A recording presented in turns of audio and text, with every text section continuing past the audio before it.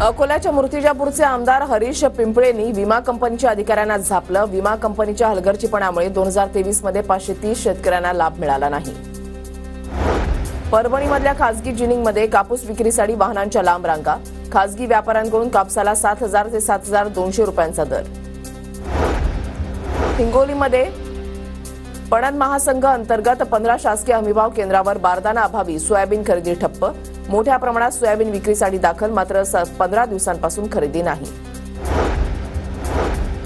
धुळे जिल्ह्यामध्ये आता रब्बी हंगामाच्या पेरणीनंतर उन्हाळी कांद्याची पेरणी सुरू। नगदी पीक म्हणून शेतकऱ्यांकडून मोठ्या प्रमाणात कांद्याची लागवड। जालन्यामध्ये वातावरण बदलाचा मोसंबीला फटका। धुक्यामुळे झाडांवरील फळांना बुरशीचा प्रादुर्भाव। मोसंबी उत्पादक शेतकरी अडचणीत। 40 गावात आवक वाढल्यानं भाजीपाल्याचे दर घसरले। सामान्यांना दिलासा, मात्र यामुळे शेतकऱ्यांचा खर्चही निघेना। शेतकऱ्यांवर आर्थिक संकट। कोल्हापूरच्या गडिंग्लजमध्ये महावितरण कार्यालयावर वीज कृती समितीचा महामोर्चा। ई प्रीपेड मीटर बसवण्याचे काम बंद होत नाही तोपर्यंत मोर्चे काढत राहणार, कृती समितीचा इशारा। चंद्रपूरच्या बल्लारपूरमधील 18 गावांचा पाणी प्रश्न बिकट।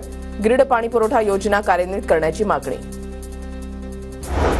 जळगावच्या 40 गाव आगारामधील एसटी बसेसची संख्या वाढवण्याची मागणी। बसेसची संख्या कमी असल्यानं प्रवाशांचे हाल। रत्नागिरीच्या दापोलीमध्ये आर्मीमधून सेवानिवृत्त जवानाचं गावकऱ्यांकडून जंगी स्वागत। पालगड गावचे जवान सचिन दगडू मोरे यांनी भारतीय सैन्यामध्ये 24 वर्ष सेवा बजावली। कोल्हापूरच्या कोवाडमध्ये बँक ऑफ इंडियाचे एटीएम फोडून 18,77,000ची रोकड लंपास। चोरट्यांचा पोलिसांकडून शोध सुरू। गडचिरोलीच्या दोडकेमध्ये पतीचा पत्नीसह मुलांवर कुऱ्हाडीनं हल्ला।